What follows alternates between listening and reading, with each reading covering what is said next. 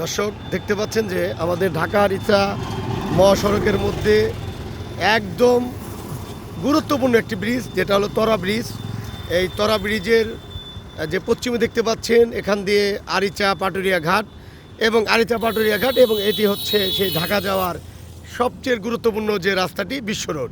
আর এই বিশ্ব রোডের যে কালীগঙ্গা নদীর উপর অবস্থিত যে ব্রিজটি, এই ব্রিজটি দেখেন ভেঙে গেছে। আমি এই পর্যন্ত দেখি নাই যে কোনো কর্তৃপক্ষ এখানে এসেছেন কিংবা এই ব্রিজের সুরাহার কাজে তারা কোনো লোক পাঠিয়েছেন। এইভাবে যদি এই ব্রিজের মেরামত না করা হয়, যে কোনো সময় বড় ধরনের দুর্ঘটনা ঘটবে, এটাই আশাবাদী করছেন সাধারণ জনগণ।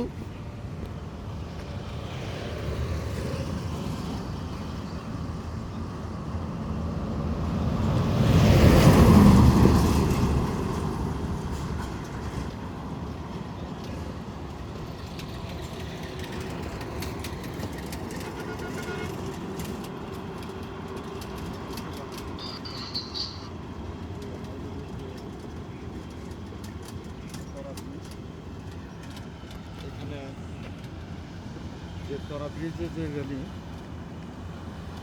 এই রাত্রির অন্ধকারে যে বাচ্চারা বা কোনো লাগিয়ে দিয়েছে। দর্শক, আপনাদেরকে লাইভে শুভেচ্ছা জানাচ্ছি। আমি জীবন আহমেদ, এমডি জেফ। এখন আমি আছি আমাদের মানিকগঞ্জ জেলার সদর উপজেলার এবং আংশিক ঘিউর উপজেলার ঠিক মাঝামাঝি একটি ব্রিজ, কালীগঙ্গা নদীর উপর তরা ব্রিজ নামেই সবাই পরিচিত, সবাই চিনেন। এই ব্রিজটি ভেঙে রেলিংটা ভেঙে গেছে। এই রেলিংয়ের এখান দিয়েই পথচারী যে যাত্রীগুলো আছে, এরা এই দিক দিয়েই যাওয়া আসা করে এবং যে কোনো সময় বড় ধরনের দুর্ঘটনা ঘটবে, এটাই আশা করছে সাধারণ জনগণ। এবং সেই সাথে যে সেতু কর্তৃপক্ষ এবং মানিকগঞ্জের যে কর্মরত যে কর্মকর্তাগণ আছে, তারা আমার মনে হয় এটা নিয়ে কোনো সুরাহা করবে এবং দেখার জন্য তারা মনে হয় জানেই না যে কে বা কারা কিভাবে এই ব্রিজটি ভেঙে ফেলছে। আপনারা দেখতে থাকুন যে একটি মূল পয়েন্ট, একটি ব্রিজ, যে ব্রিজ দিয়ে প্রতিদিন শত শত গাড়ি ঢাকা যায় এবং ঢাকা থেকে আরিচা পাটুরিয়াতে যায়, এবং এই ব্রিজটা ভেঙে যে গেছে, এটা নিয়ে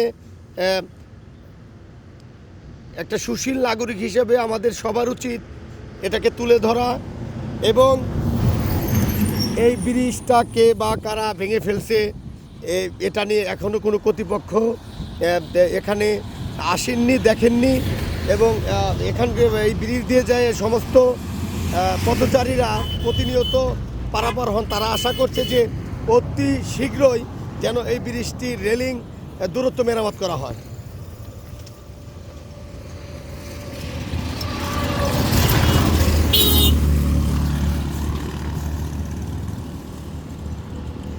তরা ব্রিজের যে রেলিংটি ভেঙে গেছে, আপনারা দেখতে পাচ্ছেন।